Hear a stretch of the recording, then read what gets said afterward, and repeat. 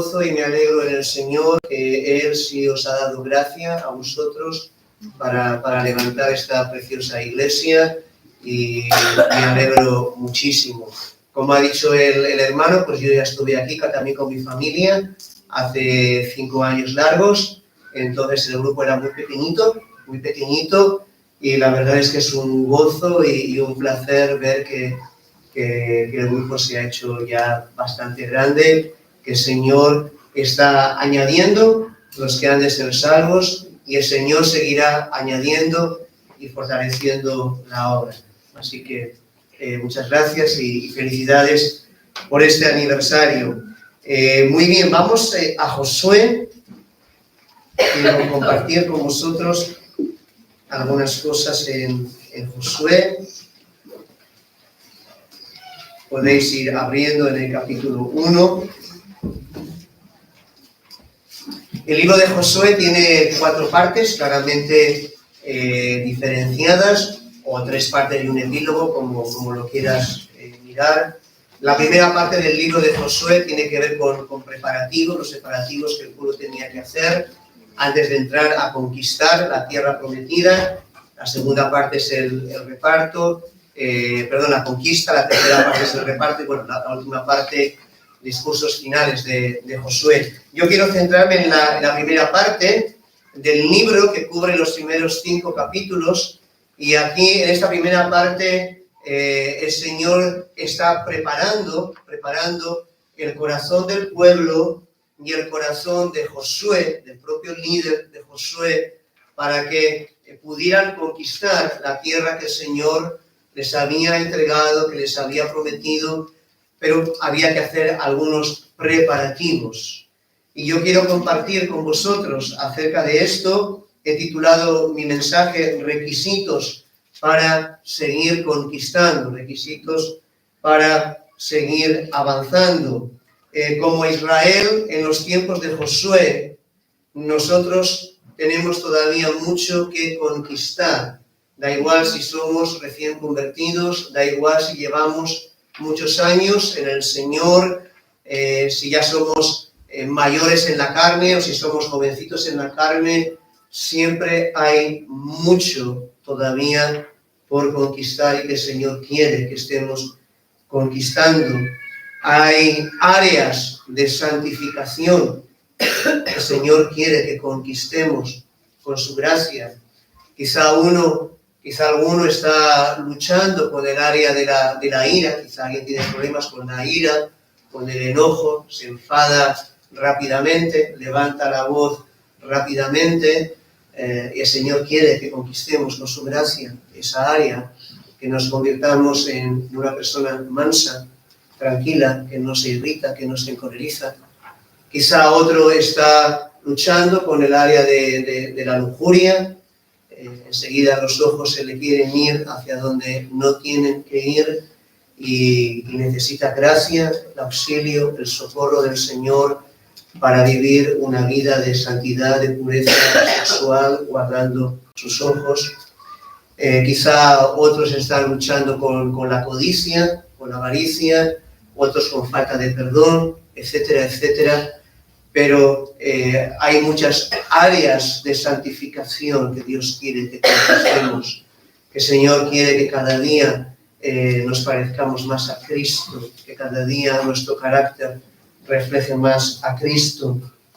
Hay áreas de servicio en las que tenemos que avanzar, en las que tenemos que conquistar. Quizá el Señor te está llamando a algo, a algún tipo de servicio, a algún tipo de compromiso, pero todavía no te animas en tu corazón, tienes miedos, tienes reservas, etcétera. Quizá el Señor te está llamando a una mayor entrega a Él y ahí estás luchando y el Señor quiere que avancemos también en esas áreas de compromiso, de entrega, de servicio, que nuestras vidas estén cada día más proyectadas hacia Él, como es el lema de la Iglesia este semestre, buscando primero su reino y su justicia.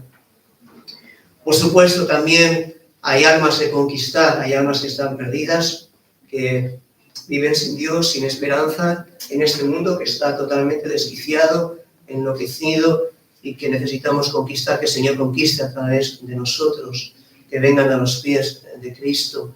En fin, hay un montón de cosas por conquistar. Hay un montón de cosas por conquistar. Y hasta el último día que estamos aquí, hasta nuestro último suspiro, el Señor quiere que avancemos. Hasta el último suspiro, el Señor quiere que avancemos con su gracia y para su gloria. Así que voy a compartir con vosotros, yo tengo aquí anotado 7, si tengo tiempo para las 7 bien, si no pasa nada, 7 cosas, 7 requisitos que yo veo aquí muy importantes en estos primeros 5 capítulos para conquistar, para avanzar, para ir adelante. Primero de ellos, necesitamos tener una plena certeza en el corazón de que el Señor está conmigo. Una plena certeza en lo más profundo de mi corazón de que el Señor está conmigo. Vamos a Josué capítulo 1, versículo 5. El Señor está hablando aquí con Josué y le dice a Josué: nadie te podrá hacer frente en todos los días de tu vida. Como estuve con Moisés, estaré contigo. Como estuve con Moisés, estaré contigo.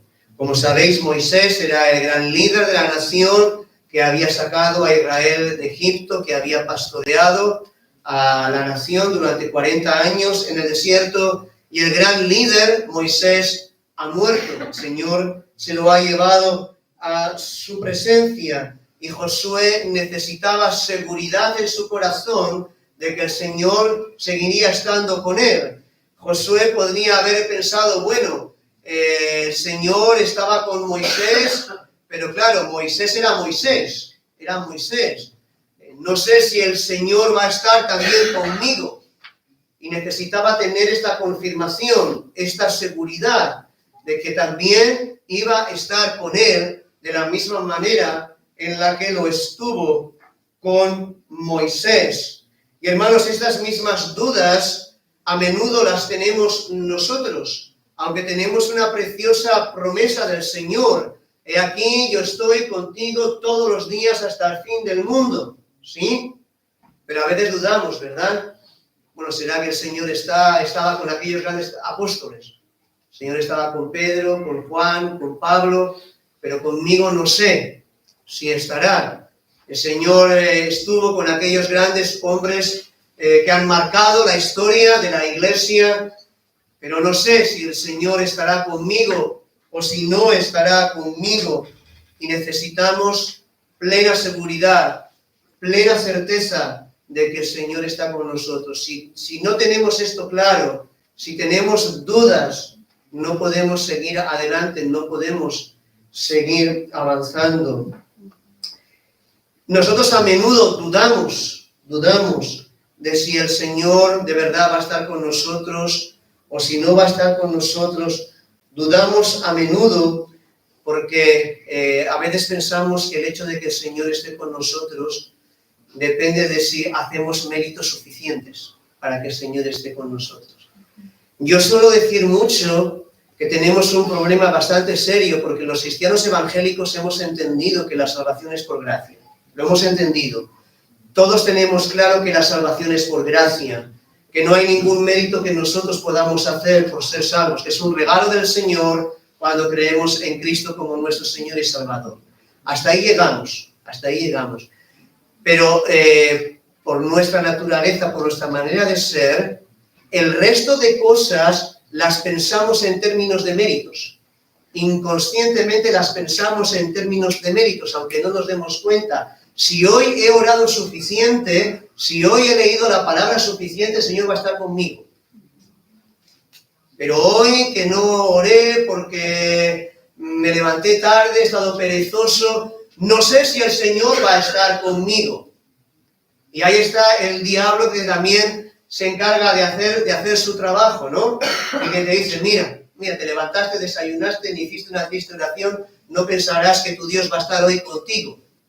Entonces nosotros permanentemente tenemos la inercia, sin darnos cuenta, de pensar en términos de méritos.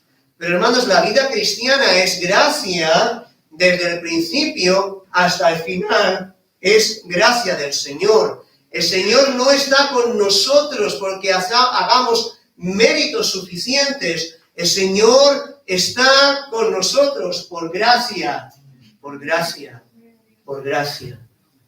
Él ha prometido estar con nosotros todos los días, por gracia. Desde que el Señor nos salvó, nos rescató por pura gracia, nos adoptó por pura gracia, desde ese momento se ha comprometido a estar con nosotros todos los días, hasta el fin del mundo. El día que me he levantado, he orado 3 horas, he leído la Biblia 3 horas, no he tenido ningún mal pensamiento, el Señor está conmigo. El día que me levanté, no oré nada, no leí nada, he tenido algún pensamiento así un poquito tal, el Señor está conmigo. Claro, hay que dar y leer la palabra, ¿eh? Hay que entender que todo es gracia, hermanos. Todo es gracia. Todo es gracia. Él ha prometido estar con nosotros y necesitamos tener esta seguridad de que Él está a nuestro lado para fortalecernos. Hermanos, el domingo pasado en mi iglesia yo estuve predicando de uno de los muchos falsos evangelios que se meten en las iglesias, que los cristianos los abrazan, no se dan cuenta de lo que están abrazando, de lo que están asumiendo. Y hay un falso evangelio muy popular, que es el falso evangelio de la autoestima. El falso evangelio de la autoestima. Y entre las muchas cosas que dice este falso evangelio es que tú tienes que creer en ti, tú tienes que creer en tus capacidades, tú tienes que creer en tus fortalezas, en tus posibilidades, tú tienes que creer en ti. Y si tú crees en ti, entonces podrás avanzar. ¿Has oído esto, hermano? ¿En alguna ocasión? Bueno, esto es un falso evangelio. Lo que necesitamos para avanzar es creer que el Señor está conmigo. Creer que el Señor está conmigo. No hay otro método. El Señor se lo dice a Josué, el Señor se lo dice a Moisés. Cuando el Señor se revela a Moisés, lo envía a Egipto. Moisés dice, ¿quién soy yo? Y el Señor, ¿qué le dice? Yo estaré contigo. Pero no sé hablar, soy tartamudo. Yo estaré con tu boca. El Señor se le aparece a Gedeón y le dice, ve. Y Gedeón dice, ¿pero quién soy yo para ir? Si resulta que soy el más pequeño de la tribu más pequeña, de la familia más pequeña. Y el Señor, ¿qué le dice? Yo estoy contigo. El Señor se le aparece a Jeremías, lo envía, lo comisiona. Jeremías dice, pero yo soy niño, ¿cómo voy a ir? Y el Señor, ¿qué le dice? Yo estoy contigo. Yo estoy contigo. Eso es lo que necesitamos. Saber que el Señor está con nosotros. Amén. Amén. Muy bien, vamos al segundo requisito para seguir avanzando, para seguir adelante. Hay que esforzarse y hay que ser valiente. Esforzarse y ser valiente. En este capítulo 1, desde el versículo 6 hasta el versículo 9, en 3 ocasiones el Señor le dice a Josué que debe esforzarse y debe ser valiente.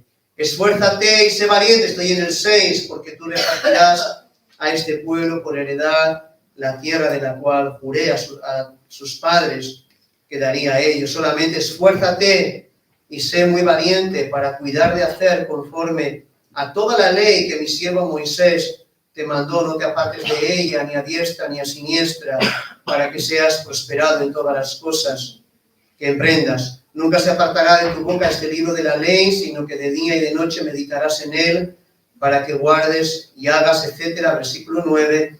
Mira que te mando que te esfuerces y seas valiente. 3 veces le dice, tienes que esforzarte y ser valiente. Y uno dice, bueno, es razonable, ¿no? Vas a entrar a conquistar un país, entonces pues tienes que esforzarte para luchar, para pelear, para conquistar esa tierra, para conquistar ese país. Pero lo interesante es que el Señor no le dice no le dice que tiene que esforzarse específicamente para conquistar esa tierra, que claro que también, pero el Señor apunta a aquello en lo cual tiene que esforzarse y ser valiente. Dice el versículo 7, creo que es. No, el versículo 7 dice: solamente esfuérzate y sé muy valiente para cuidar de hacer conforme a toda la ley que mi siervo Moisés te mandó. Esfuérzate en obedecer la palabra del Señor, está diciendo el Señor a Josué. Esfuérzate en obedecer toda la ley.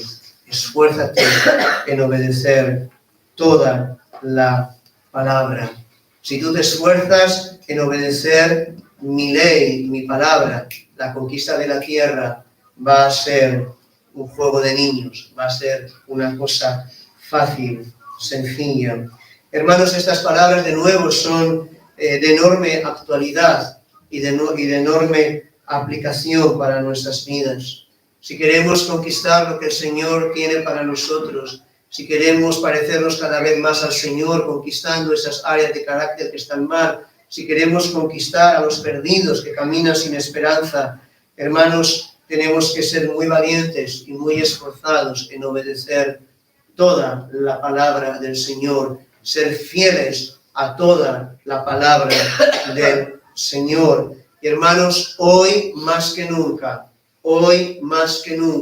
se requiere de mucha valentía para mantenernos fieles a la palabra del Señor y para querer obedecer con la gracia del Señor toda la bendita palabra del Señor.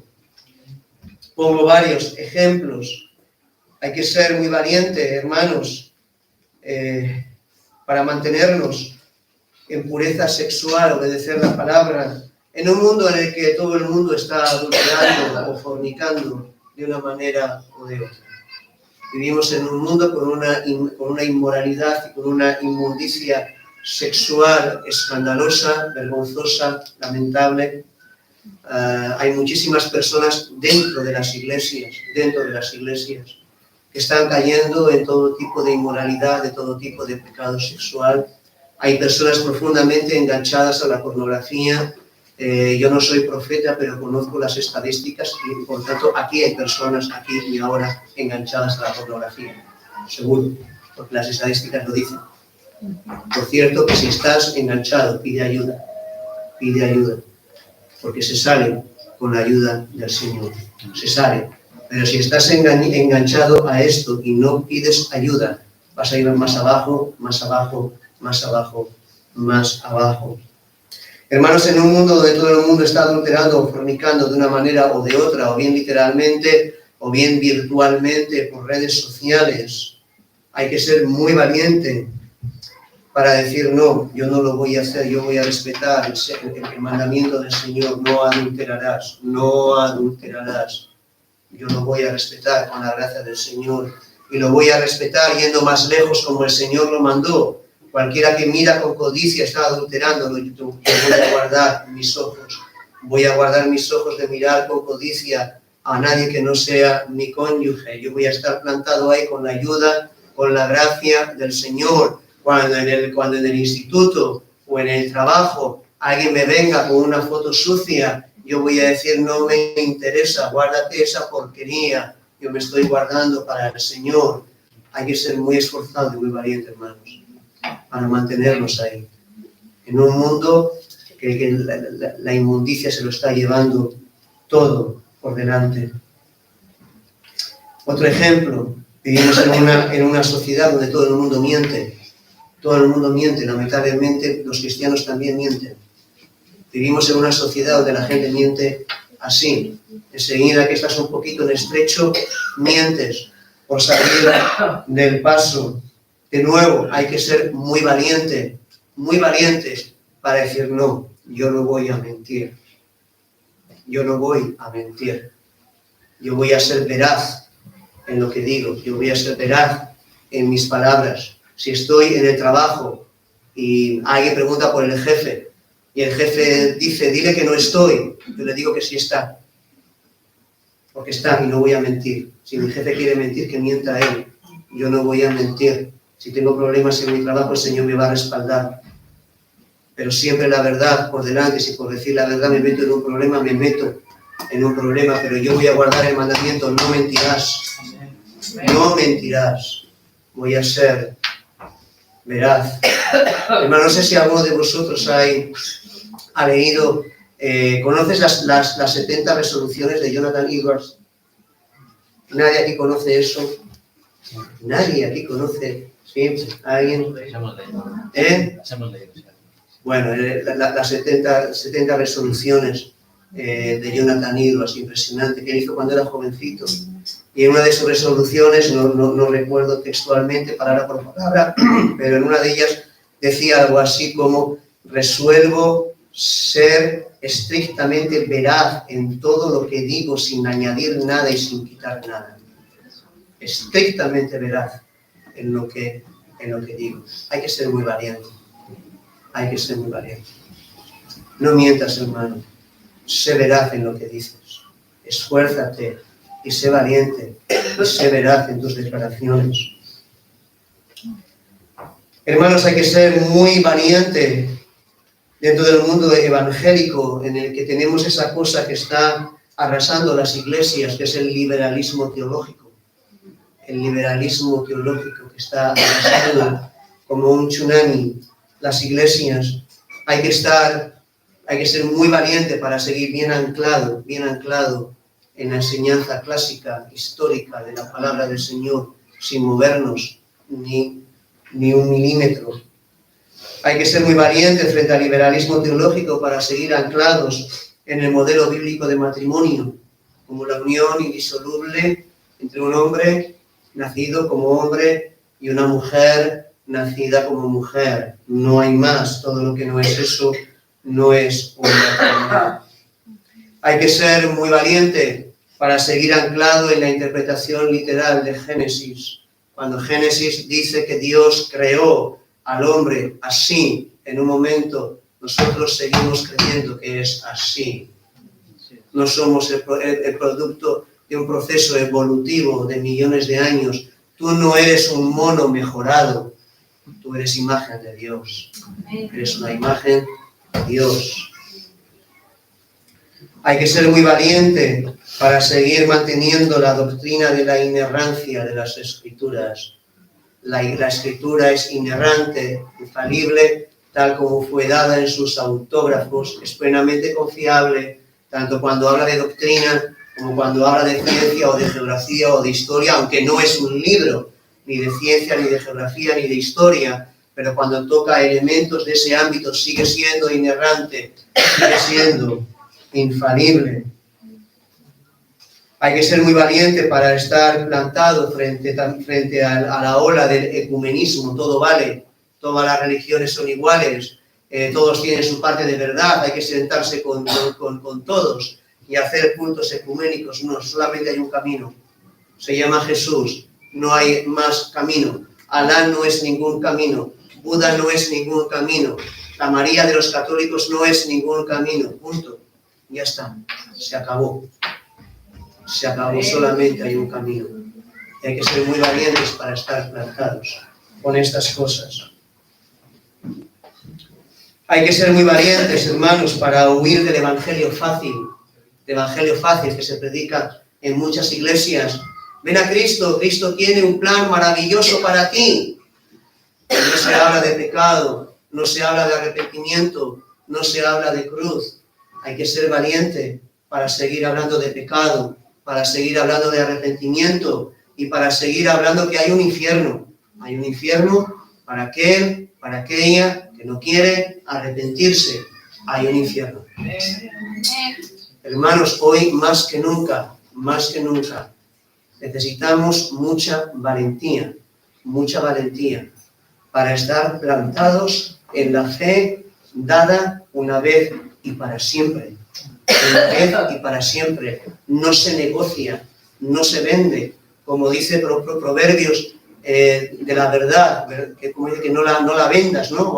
No recuerdo ahora la cita exacta, no la vendas, cómprala y no la vendas. Hermanos, el Evangelio no está de rebajas.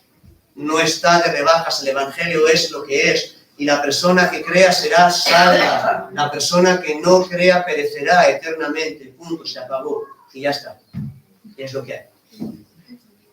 Y que nos llamen lo que sean. Inflexibles, no sé, lo que quieran. No pasa nada.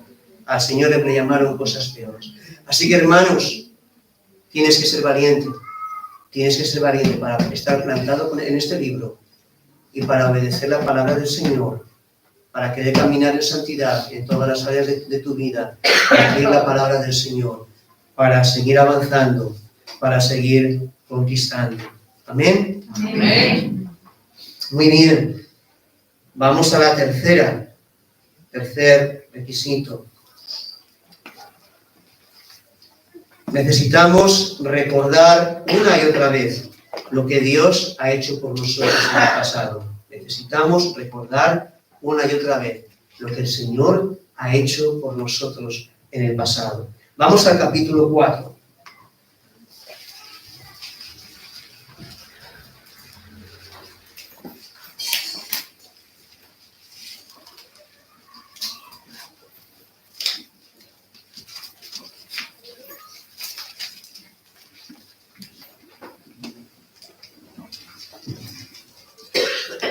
Vamos a leer algunos versículos. En el capítulo 3 se nos narra el paso del río Jordán desde los campos de Moab. Moab estaba al otro lado del Jordán, allí estaba Israel acampada hasta que recibió la orden del Señor. Y en el capítulo 3 atraviesan el Jordán. Y nada más atravesar el Jordán, en el capítulo 4 el Señor da algunas instrucciones a Josué. Vamos a leer algunos versículos. Desde el versículo 1.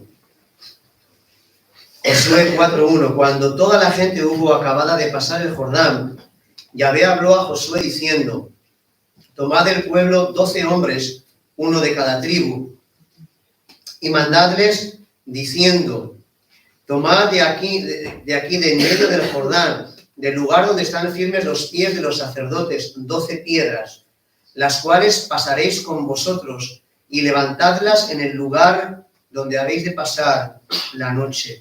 Saltamos al versículo 8. Y los hijos de Israel lo hicieron así, como Josué les mandó. Tomaron 12 piedras de en medio del Jordán, como Yahvé lo había dicho a Josué, conforme al número de las tribus de los hijos de Israel, y las pasaron al lugar donde acamparon, y las levantaron allí. Versículo 19. Y el pueblo subió del Jordán el día 10 del mes primero y acamparon en Gilgal, al lado oriental de Jericó. Y Josué erigió en Gilgal las 12 piedras que habían traído del Jordán.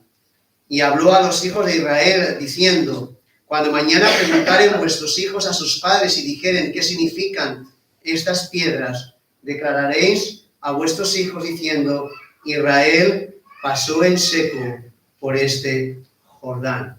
¿Qué estamos viendo aquí? ¿Qué instrucción es esta? La instrucción de levantar un memorial, un recordatorio del paso del Jordán. Entonces el pueblo atraviesa el Jordán, acampan en algún lugar cuyo nombre no se menciona, y ahí erigen ese memorial con esas 12 piedras.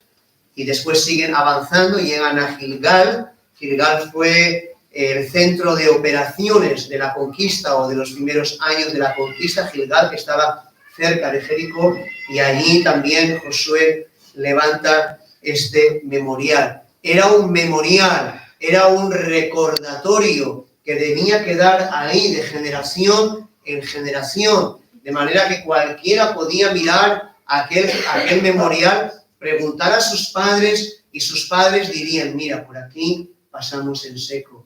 El Señor nos abrió el río y pudimos pasar. Teníamos el río, no podíamos pasar, no podíamos entrar. El río Jordán, por cierto, bueno, ahora creo que han hecho varias presas y tal, pero en aquel entonces pasaba con un caudal enorme. El caudal del Jordán era tremendo, era realmente prácticamente imposible o muy difícil pasarlo.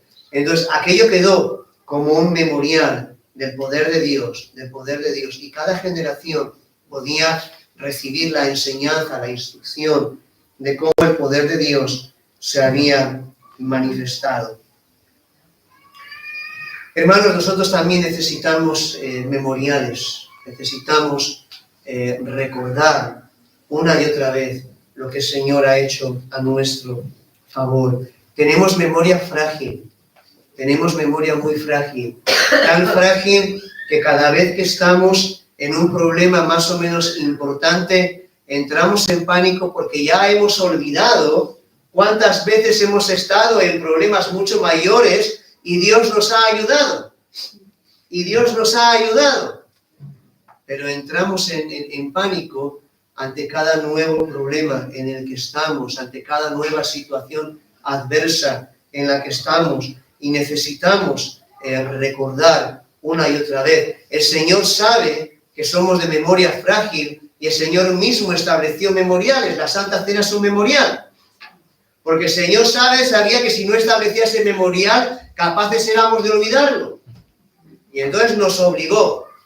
Cada vez que os reunís, lo recordáis y celebráis la Santa Cena, ¿no? Luego ya la Iglesia tiene sus costumbres, una vez al mes unos, lo que sea, ¿verdad? Pero es un memorial que el Señor nos ha obligado a hacer. Recordamos también Samuel en Ebenezer, ¿verdad? Cómo puso ese memorial. Hasta aquí el Señor nos ha ayudado. Y deberíamos recordar, si no tenemos buena memoria, apuntar en un cuaderno, escribir en un cuaderno donde hemos visto la mano del Señor, hemos estado en esta situación, el Señor nos ha auxiliado, hemos tenido que organizar algo, nos ha dado pánico, pero luego hemos visto cómo el Señor ha ido guiando todas las cosas, experiencias que hemos tenido con el Señor, encuentros que hemos tenido con el Señor, sanidades que hemos tenido, en fin, un montón de cosas. Necesitamos recordar una y otra vez, porque eso nos va a ayudar cuando estemos en luchas, cuando nuestra fe esté flaca, cuando seamos tentados a volver atrás, recordar las veces en las que el Señor nos ayudó. ¿Recordáis los destinatarios de la epístola a los hebreos? Estaban siendo tentados a volver atrás. Ellos eran judíos que habían abandonado el judaísmo, habían abrazado el cristianismo, pero claro, eso les había metido en un montón de problemas. Y lo estaban pasando tan mal, que estaban siendo tentados a volver atrás. Entonces el escritor sagrado les escribe, les alienta, les anima. Y en el capítulo, no busquéis, no sé si es el capítulo 10, una cosa así, el escritor sagrado precisamente les insta a echar la vista atrás. Traed a la memoria los días pasados, les dice.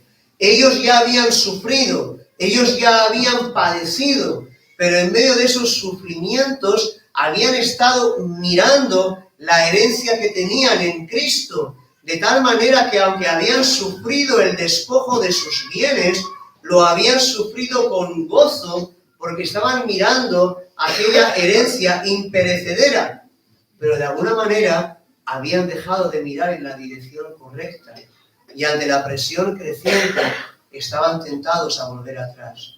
Y el escritor sagrado les dice: traed a la memoria los días pasados. Cuando estés en pruebas, tentado a volver atrás, desanimado, recuerda tantas y tantas y tantas veces que el Señor te ha ayudado.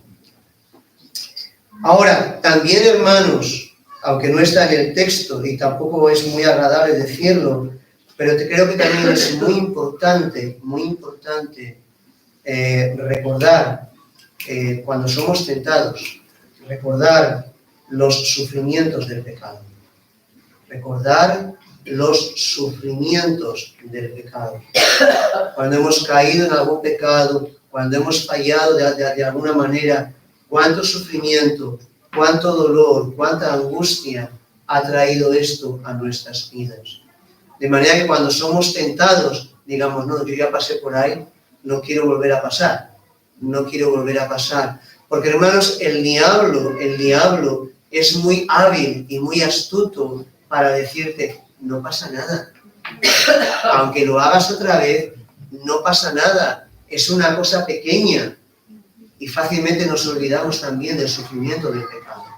¿Sí? ¿Recuerdas cuando el pueblo en el desierto quería volver atrás? ¿Sí? ¿Y qué decían? Nos acordamos de las cebollas, de los pepinos, de los ajos, que comíamos de balde. ¿Pero cómo que los comíais de balde? Pero si erais esclavos, pero si no os daban ni el barro que lo teníais que ir a buscar y la paja, pero si os estaban matando a los hijos, pero ¿cómo que lo comíais de balde? Hermanos, el diablo es muy astuto y te va a hacer creer que el pecado sale gratis. Que hoy caes, te arrepientes y no pasa nada, pero no sale gratis. El pecado nunca es de balde, nunca. El pecado nos ata, nos esclaviza, nos destruye, nos hace desgraciados.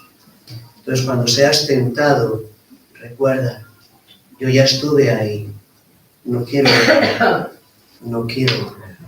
quiero ir adelante. Así que, hermanos, esta es el tercer requisito, que es estemos recordando permanentemente, y si hace falta apuntar, por un lado, las glorias que hemos experimentado en Cristo una y otra vez, pero también las miserias que hemos experimentado en el pecado, para que cuando seamos tentados a volver atrás o a algún tipo de pecado, digamos, no, yo sigo adelante, yo sigo al Señor, yo quiero seguir avanzando. Amén. Muy bien. Vamos a la cuarta. Estamos más o menos en el ecuador del mensaje. El cuarto requisito para seguir avanzando en nuestra vida cristiana es movernos, actuar en unidad. En unidad. Este memorial que el Señor le mandó a Josué levantar, además de ser un memorial, también hablaba de unidad, porque era un memorial, un solo memorial que representaba a todo Israel. De hecho, es un memorial que habla de unidad en la diversidad, ¿sí? Era un memorial de los 12 piedras, unidad en la diversidad. Israel eran 12 tribus, era un pueblo diverso, variopinto, diferente, pero en última instancia era un solo pueblo, había una unidad de propósito de Dios para ellos, unidad en la diversidad. Era imposible conquistar la tierra si no trabajaban en unidad. Si no trabajaban en unidad, no podrían hacerlo. Y ciertamente había factores que ponían en riesgo esa unidad. Por ejemplo, 3 tribus o 2 tribus y media ya habían recibido su porción al otro lado de la tierra, ¿verdad? Rubén, Gad, la mitad de la tribu de Manasés, ya habían recibido su porción al otro lado de la tierra. Entonces ellos podían decir, bueno, ¿para qué pelear? ¿Para qué seguir peleando cuando nosotros ya tenemos lo nuestro?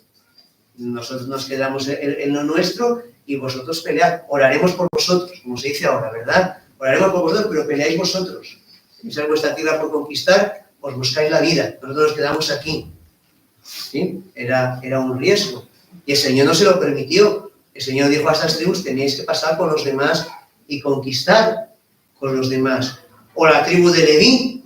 La tribu de Leví podía haber dicho, bueno, como nosotros tampoco vamos a tener porción, a nosotros nos han dicho que el Señor es nuestra porción, pues nada, como el Señor es nuestra porción, nosotros a lo nuestro, a los sacrificios y tal, que es a lo que el Señor nos ha llamado, y vosotros a conquistar. Y ya está. Pero el Señor quería que todo el pueblo estuviera unido, como una piña, peleando, luchando, las 12 tribus en unidad, las 12 tribus habían cruzado el Jordán y las 12 tribus tenían que seguir luchando, batallando, unidas para conquistar aquella tierra, aunque luego Dios tenía planes diferentes para cada tribu, 3 ya habían recibido tierra, Dios tenía sus planes para Leví, etcétera, etcétera, pero debían trabajar en unidad a pesar de la diversidad. Y de nuevo, hermanos, esto tiene un montón de aplicaciones para nosotros hoy en día. Tengo aquí señaladas algunas, pero podríamos señalar un montón. Número 1, el Señor no quiere de ninguna de las maneras que nadie vaya haciendo la guerra por su cuenta. Que nadie vaya haciendo la guerra por su cuenta. Hermanos, somos un cuerpo, y el Señor quiere que peleemos juntos, que peleemos unidos. Luego, claro, el Señor ha puesto en el cuerpo a cada uno como Él ha querido. Somos miembros diferentes, tenemos dones diferentes, tenemos llamados diferentes, pero trabajamos unidos, trabajamos juntos. Nadie va por ahí haciendo la guerra por su cuenta, porque eso no es del Señor. Y en nuestra sociedad tan individualista, porque nuestra sociedad es muy individualista, entonces esta inercia también entra en las iglesias, y hay hermanos pues que van haciendo la lucha por su cuenta, van trabajando por su ministerio o por su llamado por su cuenta, y no tienen concepto de cuerpo, no tienen noción de cuerpo, no tienen noción de unidad, y van a lo suyo, y a veces ni siquiera están haciendo nada malo, pero simplemente no están trabajando en unidad dentro del cuerpo del Señor. Siempre me ha llamado la atención el caso de Pablo. Fíjate, a Pablo lo llamó el Señor mismo. Pablo vio a Cristo resucitado. Pablo tuvo un montón de experiencias increíbles, impresionantes con el Señor, pero Pablo nunca fue a su rollo. Nunca fue a su rollo. Desde el comienzo de su llamado, cuando el Señor lo llama, enseguida va a Jerusalén para reunirse con el resto del liderazgo, para explicar el llamado que él tenía, para recibir la aprobación del liderazgo de Jerusalén, para que la cosa quedara clara, quién iba a los gentiles, quién iba a los judíos. Pablo podía haber dicho, bueno, a mí el Señor se me apareció, me dijo lo que tenía, yo debo consultar con nadie. Y hay personas así en las iglesias, que como Dios ya les ha hablado, creen que no tienen que consultar con nadie, que pueden ir a su rollo, y la cosa no va así no funciona. Y luego Pablo, cuando el Señor ya le llama a los viajes misioneros, recuerdas, ¿no? Pablo hacía el viaje misionero varios años, y luego ¿qué hacía? Regresaba a su iglesia madre. ¿A qué regresaba a su iglesia madre? A rendir cuentas. Pablo rindiendo cuentas. El hombre que ha estado en el tercer cielo y ha oído cosas que no le es dado al hombre de decir, volvía a su iglesia madre a rendir cuentas. Y luego la iglesia madre lo enviaba de nuevo. Siempre así. Hermanos, los llaneros peligrosos los llaneros solitarios son peligrosos para ellos mismos y para la propia iglesia. El Señor quiere que trabajemos en unidad, el Señor quiere que trabajemos en sujeción, el Señor quiere que nos rindamos cuentas los unos a los otros, no que vayamos a nuestra bola, porque como ya el Señor me dijo, yo no tengo que hablar con nadie. Sí, tienes que hablar, tenemos que estar en sujeción como un solo cuerpo. ¿Sí, hermanos? Esto lo entendemos, es muy importante. Otra segunda aplicación es que tenemos que recordar que el enemigo no está en casa, el enemigo está fuera, el enemigo es el diablo, nuestro enemigo es el diablo. Nosotros no podemos convertirnos en enemigos unos de los otros. ¿Por qué digo estas cosas? Porque me molesta mucho, ¿no? Casi que me enferma cuando los cristianos se atacan, se descalifican, incluso se insultan unos a otros por cuestiones doctrinales que pueden ser importantes, pero que no son esenciales. Y empiezan a atacarse unos a otros. Y entonces los calvinistas llaman herejes a los arminianos llaman herejes a los calvinistas, los complementarios llaman herejes a los igualitarios, y los igualitarios llaman herejes a los complementarios, y en las iglesias donde la mujer predica llaman herejes donde la mujer no predica, y al revés. Y a ser posible se hacen redes sociales para que todo el mundo lo lea, para que todo el mundo se dé cuenta de cómo estamos en las iglesias. Hermanos, esto es lamentable, estas cosas son lamentables. Hermanos, estamos unidos en lo que es la esencia de nuestra fe evangélica, ¿no es cierto? Y la esencia de la fe evangélica es muy sencillita. Creemos en la inerrancia de las Escrituras, creemos en un Dios trino, creemos en el Señor verdadero Dios, verdadero hombre, creemos en la salvación por gracia, por medio de la fe, creemos en el regreso del Señor y creemos en un destino eterno de dicha creciente en el cielo y de terror creciente en el infierno para los que no han creído y que es irreversible, y pocas cosas más que son esenciales, pocas cosas más. Y ahí estamos unidos todos los evangélicos. Y luego, pues en las diferencias que tenemos, pues para eso están las denominaciones, ¿verdad? A algunas personas les resultan de tropiezo el que haya tantas denominaciones. Yo pienso que en el mundo caído en el que estamos, en el que vivimos, es irremediable. Porque como no nos vamos a poner de acuerdo en las cosas secundarias, es bueno, es necesario, es correcto que cada uno esté en distintas denominaciones según lo que piensa en cosas secundarias, ¿verdad? Pero desde ahí en adelante tiene que haber un total respeto entre nosotros, porque al final la fe esencial la compartimos, y en lo que no estamos de acuerdo nos respetamos, pero no nos atacamos, no nos ofendemos, mucho menos en redes sociales. Hermanos, no entremos en debates estériles, que no van a ningún sitio. No entremos ahí. Tengo un hermano en la congregación que es un buen hermano, es muy buen hermano, pero en el último tiempo se le ha metido entre ceja y ceja a los calvinistas y va por ellos a saco, todo el tiempo quiere pelear con ellos, y le he dicho, pero déjalos en paz. No tengo manera de que los deje en paz. Es una fijación. No perdamos el tiempo con estas cosas. No perdamos el tiempo, hermanos. Si estamos unidos en lo más importante, ya está. Y cuando lleguemos al cielo ya veremos, ¿no? No pasa nada, ya veremos. Podemos esperar. Y la tercera aplicación en cuanto a la necesidad de movernos en unidad, hermanos, que Dios aborrece el chisme y la crítica que destruyen la unidad. Dios aborrece el chisme, Dios aborrece la crítica, Dios aborrece que andemos chismorreando, criticando entre nosotros. Dios lo aborrece. Hermanos, si hablamos de terceros, si hablamos de un hermano que no está presente, hablamos bien. Y si no, no hablamos. Y si en el hermano hay algo que no está bien, que no es correcto, entonces, tal y como dice la palabra del Señor, en privado, sin que nadie lo vea, sin que nadie se entere, en privado, hablamos con el hermano y le amonestamos. Y ya está. Y nadie más se tiene que enterar. Me encanta Aquila y Priscila, y me encanta también Apolos. Ahí hay un montón de detalles que me gustan.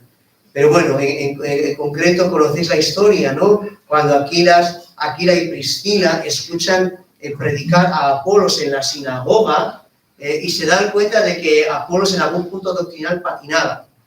Se dan cuenta de que alguna cosa patinaba. No le empezaron a criticar, no empezaron a chismorrear y decir, no, tiene mucho fuego, pero no se apea, mucho fuego, poca luz. No empezaron a criticarle. ¿Qué dice la Escritura? Lo llamaron aparte y le expusieron más claramente el camino. qué espíritu más bonito. Qué espíritu más bonito. Claro que hay muchas cosas que corregir, seguro que hay muchas cosas que corregir. ¿Cómo las corregimos? Aparte, hablando aparte con el hermano, con la hermana. Muy bien, vamos al quinto punto, quinto requisito. Tenemos que celebrar en nuestro corazón la Pascua. Tenemos que celebrar en nuestro corazón la Pascua. De la Pascua se habla en el capítulo 5 de Josué. Bien, aunque en la narrativa del Pentateuco y de Josué, en esta narrativa hay 3 éxodos, aunque hay un éxodo, que es el éxodo famoso, pero hay 3 éxodos. Hay 3 momentos cruciales en la historia de Israel, en la que Israel está en un sitio y tiene que salir. Y las tres veces, antes de salir, deben celebrar la Pascua. El Señor les ordena celebrar la Pascua. Y es tremendamente interesante que cada uno de estos 3 éxodos viene precedido de la celebración de la Pascua. La primera de estas ocasiones es el éxodo, cuando salen de Egipto. Ellos van a salir de Egipto y antes de salir de Egipto tienen que celebrar la Pascua. Lo mismo ocurre, lo podéis mirar luego en vuestras Biblias, en Números capítulo 10. Israel había estado 11 meses al pie del monte Sinaí. Ahí el Señor había entrado en pacto con ellos, les había dado leyes y todo lo que sabemos. Ahí había estado Israel 11 meses y después de 11 meses el Señor le dice, bueno, ya es tiempo de salir, ya es tiempo de ir a conquistar la tierra. Y de nuevo, antes de salir, para ir a conquistar la tierra, de nuevo tienen que celebrar la Pascua. Luego ya sabemos lo que pasa, no conquistan la tierra por causa de su incredulidad, dan vueltas y vueltas por el desierto. Después de que aquella generación incrédula muere, de nuevo, ahora sí, tienen que prepararse para entrar en la tierra y de nuevo, antes de ir ahí, se les ordena celebrar la Pascua. Capítulo 5, versículo 10. Y los hijos de Israel acamparon en Gilgal y celebraron la Pascua. Cada uno de esos 3 éxodos estratégicos estaba precedido de la celebración de la Pascua. Ya sabemos la Pascua lo que simboliza, ¿verdad? Esa Pascua en la que se sacrificaba un cordero tipifica a Cristo. Cristo es nuestra verdadera Pascua, muerto en la cruz del Calvario por nuestros pecados. ¿Y qué aplicación tiene esto? ¿Qué aplicación tiene el hecho de que cada vez que había que salir a algo importante había que celebrar la Pascua, si no podían salir? Bueno, encuentro por un lado una aplicación para el no creyente. No sé si aquí hay alguien que todavía no ha entregado su vida al Señor, que todavía no has ido a Cristo. Si hay alguien aquí que está en esta situación, la aplicación de esto es la siguiente. Hasta que no celebres a Cristo en tu corazón, hasta que no recibas a Cristo como tu Señor y Salvador, no tienes dónde ir, no tienes camino para tomar, no tienes esperanza futuro para ti, no tienes nada. El Señor ha dicho, yo soy el camino, yo soy el camino. Si no tienes a Cristo, no hay camino para ti. No puedes salir a ningún sitio, no hay ningún lugar al que puedas ir. Esa es la mala noticia para ti, si todavía no has entregado tu corazón al Señor. La buena noticia es que si hoy te arrepientes de tus pecados y crees en Cristo, entonces sí, podrás salir hacia la tierra que fluye leche y miel, que es la nueva Jerusalén, que está esperando a tu familia. Así que si hay alguien aquí que todavía no lo ha hecho, entrega tu vida al Señor. Celebra con fe a Cristo en tu corazón. Eres el único camino. Sin ese camino no hay camino. No hay donde ir.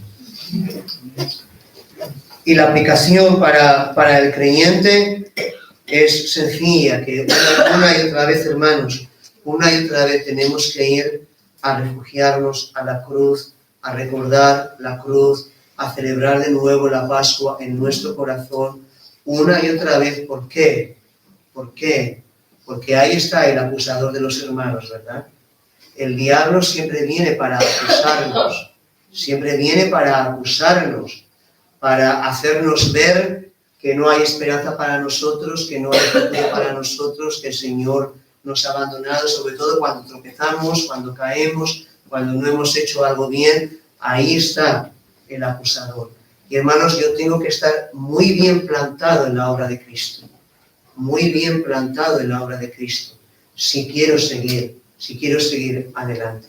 Porque si el diablo tiene éxito en acusarme, si el diablo tiene éxito, me voy a quedar paralizado. No voy a ir a ningún sitio. Ya no voy a avanzar más. Me voy a quedar ahí postrado. Entonces, cuando el diablo me acusa, yo puedo decir, bueno, es verdad, pero Cristo, la Pascua, ya ha sido sacrificado. Él ha pagado por mis pecados. Él ha pagado por mi culpa. Y ahora no hay nadie que pueda acusar a los escogidos del Señor. A pesar de mis tropiezos, a pesar de mis caídas, yo sigo adelante, yo sigo en marcha, yo sigo adelante hacia la tierra por conquistar que todavía el Señor tiene para mí. Amén. Amén. Muy bien, vamos a la sexta y penúltima. Sexto requisito. Josué capítulo 5, versículo 2.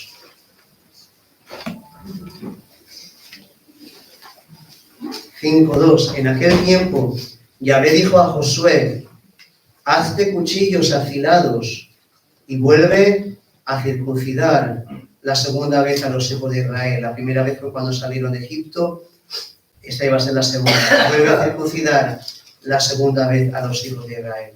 Hermanos, el sexto requisito para ir adelante y avanzar es estar circuncidado en el corazón.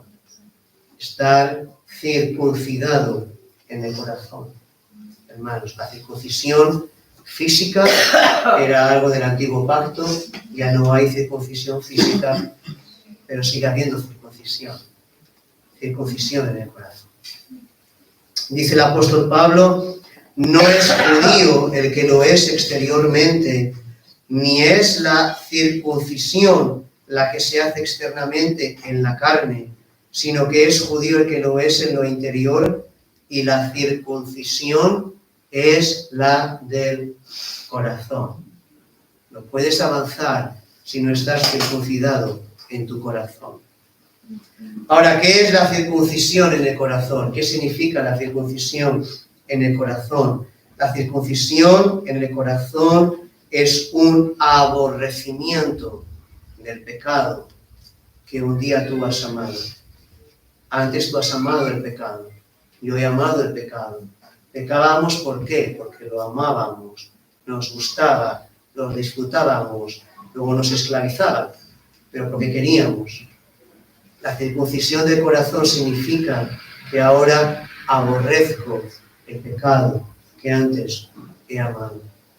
Y significa también que cada vez más y más y más yo quiero sacar de mi corazón todo pecado. Quiero ir al corazón a buscar la raíz, porque el problema del pecado no es externo. Cuando yo miro a una mujer de manera inadecuada, el problema no lo tengo con mis ojos, lo tengo con mi corazón. Lo tengo con mi corazón. Tengo que ir a la raíz. Hemos hablado de celebrar la Pascua. ¿Cómo sé que he celebrado la Pascua? ¿Cómo sé que de verdad he ido a la cruz? ¿Cómo sé que de verdad me he arrepentido de mis pecados y he creído en el Señor? ¿Cómo lo sé? O dicho de otra manera, ¿cómo sé que soy un verdadero cristiano, nacido de nuevo? ¿Cómo lo sé? Bueno, voy a la iglesia, tengo que ser cristiano, ¿no? Bueno, estoy bautizado, tengo que ser cristiano, ¿no? Bueno, predico en un púlpito, ¿cómo no voy a ser cristiano? ¿Cómo sé que soy cristiano, hermanos? Solo sé que de verdad soy cristiano si mi corazón está circuncidado. Solamente. Si yo me llamo cristiano, incluso si estoy parado en un púlpito, pero yo sigo amando el pecado, yo sigo viviendo en pecado, yo sigo viviendo en las mismas inmundicias de siempre, yo no soy cristiano, aunque esté parado en un púlpito. Hay personas paradas en púlpitos que no son cristianos. No lo digo yo, lo dice la palabra. ¿Verdad? ¿Qué dijo el Señor? En aquel día me dirán, en tu nombre, en tu nombre, en tu nombre. Y yo les diré, no te conocí, apártate de mí, hacedor de maldad. Si soy un hacedor de maldad, aunque el domingo ponga cara de santo, soy un hacedor de maldad y no soy cristiano. La única evidencia es que mi corazón está circuncidado, que odio el pecado. Eso no significa que tenga que luchar, que a veces tropiezo, pero un cristiano, hermanos, un cristiano, cuando cae en un pecado, se siente morir. Tú te sientes morir. Has salido enojado de casa, le has pegado 2 gritos a tu mujer, a lo mejor tenías toda la razón, pero enseguida el Espíritu Santo te habla y te dice, has hablado mal a tu mujer, no puedes estar ahí. ¿Qué dice Juan? El que es nacido de Dios no practica el pecado. ¿Y sabes lo que añade? Y tampoco puede. No puedes. Antes estabas en la basura, en la inmundicia, no tenías ningún problema. Si has nacido de nuevo, ya no puedes. Cuando caes te sientes morir y tienes que ir rápido a la cruz. Así que si te llamas cristiano, y aquí la mayoría nos llamamos cristianos, tienes que examinar tu corazón si realmente estás circuncidado. Y cuando estás circuncidado, quieres circuncidarte más. Me encanta como le dice el Señor a Josué, hazte cuchillos afilados. Hazte cuchillos afilados y corta bien, corta bien. Hermanos, este es nuestro cuchillo afilado, la palabra del Señor. Con la palabra del Señor, si yo soy cristiano, quiero arrancar todo lo que es sucio en mi corazón para andar en santidad y en rectitud delante del Señor. Si soy un hijo de Dios. Si no, me da igual. Si no, me da igual. Así que examínate, hermano, cómo estás en tu corazón. Si estás circuncidado. Si estás aborreciendo el pecado que un día has amado.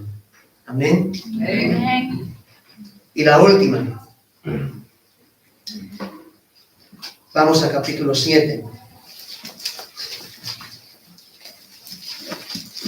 No, capítulo 5, no sé por qué he dicho 7, vamos a ver, como estoy en el punto 7, es el capítulo 5. Asegúrate de que estás del lado del Señor, asegúrate de que estás del lado del Señor. Josué 5, 13. Estando Josué cerca de Jericó, alzó sus ojos y vio un varón que estaba delante de él, el cual tenía una espada desenvainada en su mano. Y Josué, yendo hacia él, le dijo, ¿eres de los nuestros o de nuestros enemigos? Y él respondió, no. Así que Josué está en las inmediaciones de Jericó. ¿Qué está haciendo ahí? Pues sin duda de ningún tipo está inspeccionando las murallas, a ver si hay algún punto por donde se puede atacar, qué se puede hacer, porque aunque tenían la promesa de que el Señor les iba a dar la tierra, eso no les eximía de su responsabilidad, de hacer su parte, su trabajo, y de ver cómo lo podían hacer, ¿verdad? Así que estaba ahí examinando y Josué se encuentra con alguien, y no sabe quién es. Y de manera valiente se va por él, ¿no? Dispuesto a pelear con esta persona. Y le pregunta, ¿eres de los nuestros o de los otros?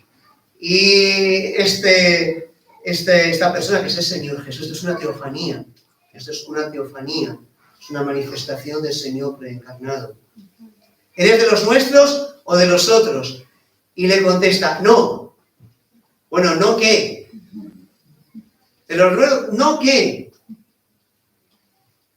Bueno, es una respuesta muy rara, ¿verdad? Muy rara. Uno esperaría otra respuesta. ¿Por qué le contesta no? Porque Josué no está haciendo la pregunta correcta. Claro, él no tiene la culpa, el pobre todavía no se ha dado cuenta de que es el Señor, no se ha dado cuenta de que es el Señor y está haciendo la pregunta que no es correcta. La pregunta no era si el ángel del Señor estaba con Josué o no, esa no era la pregunta. La pregunta aquí es si Josué estaba con el ángel del Señor o no. Esta era la pregunta aquí. Si Josué estaba con el ángel del Señor o no. Estaba haciendo la pregunta al revés. Porque no se trata de si el Señor está conmigo, sino de si yo estoy con el Señor. Hermanos, ¿del lado de quién está el Señor? ¿Del lado de quién está el Señor? El Señor está de su lado. No está de ningún otro lado. Está de su lado. Nada más. O yo estoy con Él y entonces estoy de su lado, o no estoy con Él y entonces Él no está conmigo. El Señor solamente está de su lado, no está de más lado. ¿Qué dijo el Señor? El que no está conmigo está contra mí, y el conmigo no recoge, desparrama. Así que la pregunta es realmente si Josué estaba o no del lado del ángel del Señor. Así que le da una instrucción clara, le dice en el versículo 14, sigue diciendo, mas como príncipe del ejército he venido ahora. Entonces Josué, postrándose sobre su rostro en tierra, le adoró y le dijo, ¿qué dice mi señor a su siervo? Y el príncipe del ejército de Yahvé le respondió, quita el calzado de tus pies, porque el lugar donde estás es santo. La actitud de Josué de quitarse el calzado, de adorar, indicaba, señalaba que Josué estaba del lado del Señor, que Josué estaba dispuesto a hacer lo que el Señor le iba a indicar, que estaba de su lado. Y esa es la pregunta real que yo me tengo que preguntar, no tanto si el Señor está conmigo, sino si yo estoy con el Señor, si yo estoy con el Señor. Y si yo estoy con el Señor, entonces le va a ir bien. Pero hermanos, si yo no estoy con el Señor, si no estoy obedeciendo al Señor, si estoy haciendo lo que me da la gana, si en vez de adorar al Señor, mi vida está llena de ídolos a los que estoy adorando, tengo un problema. La pregunta es si estoy con el Señor. Si estoy con el Señor, entonces Él está conmigo. Y entonces podemos ir adelante. Así que hermanos, Dios quiere que tu vida, que la mía, sea una vida de avance, de conquista. Dios quiere que sigamos adelante, avanzando. Y aquí tenemos algunas condiciones necesarias en las que te invito que estés reflexionando los próximos días. Uno, confía en que el Señor estará contigo porque no depende de tus méritos, sino de su gracia, que Él lo ha prometido. Número 2, esfuérzate y sé valiente, bien valiente para estar bien parado en la palabra del Señor y bien dispuesto a obedecer toda la palabra del Señor. Número 3, trae a memoria una y otra vez, sobre todo en momentos de crisis, de duda, de tentación, de temor, trae a memoria una y otra vez las glorias en Cristo que has experimentado y también las miserias del pecado que has experimentado. Número 4, trabaja en unidad, no vayas por libre, trabaja en unidad, sujeto a tus autoridades y sin criticarnos, ¿verdad?, entre los cristianos. Número 5, celebra la Pascua en tu corazón cada día, especialmente cuando el diablo viene para acusarte, para condenarte, vuelve a celebrar la Pascua en tu corazón. 6, circuncida tu corazón, hazte con este cuchillo afilado y el Espíritu Santo para circuncidar, para limpiar cada día más tu corazón. Y por último, asegúrate de que estás del lado del Señor, rendido totalmente a Él. Y hermanos, si vamos en esta línea, entonces podremos experimentar lo que el Señor le dice en el capítulo 1, versículo 5, nadie te podrá hacer frente en todos los días de tu vida. Si vamos en esta dirección, de esta manera, nadie nos podrá hacer frente. Bueno, nos harán frente, claro que sí, pero no exitosamente, sino que nosotros podremos vencer y podremos seguir adelante. Amén. Pues oramos, nos ponemos en pie para orar. Señor, te damos gracias porque la promesa de que tú vas a estar con nosotros todos los días no depende de si hemos orado mucho y leído mucho la Biblia o no, sino depende de que tú eres un Dios de gracia, de misericordia, de bondad. Recuérdanos, Señor, que depende de esto y que tú estás comprometido a no abandonarnos, Señor. Señor, danos gracia para esforzarnos en obedecer tu palabra y en creer en tu palabra, Señor, en medio de tanto liberalismo, de tanto pecado, seguir plantados en tu palabra, Señor. Señor, ayúdanos a hacer memoriales, a recordar, a traer a la memoria una y otra vez, Señor, las victorias que tú nos has dado también, lo doloroso que es el pecado para no volver atrás. Ayúdanos a ser un pueblo unido, Señor, no andar peleándonos por cosas secundarias, no ir por libres, Señor, sino bien unidos todos, Señor. Ayúdanos a circuncidar nuestro corazón. Nos damos cuenta de que todavía en nuestro corazón hay tantas cosas feas, tantas cosas sucias, pero con tu ayuda, con tu socorro, Señor, queremos circuncidar el corazón. Ayúdanos a celebrar la Pascua, Señor, cada vez que el diablo viene a acusarnos, a condenarnos. Ayúdanos, Señor, a celebrar la Pascua. Señor, y danos de tu gracia para que siempre estemos de tu lado, Señor. Que siempre estemos bien rendidos a ti, Señor, obedeciéndote en todo, viviendo vidas de adoración a ti. Ayúdanos, Señor. Bendice esta iglesia, bendice esta congregación, que esta congregación pueda seguir avanzando, creciendo en tu voluntad, en tu plan, en tu propósito, que tu gloria, que tu poder se haga manifiesta en esta iglesia, Señor, que sigan creciendo no solamente en número, sino también en semejanza a Cristo, para que tu nombre sea muy glorificado a través de esta iglesia. Bendice de manera especial al liderazgo, al pastor, a su familia. Señor, renueva sus fuerzas, Señor. Da nuevas fuerzas, nuevo aliento cada día para seguir adelante, Padre. Señor, todo esto lo ponemos delante de ti en el nombre, por los méritos de Jesús. Amén.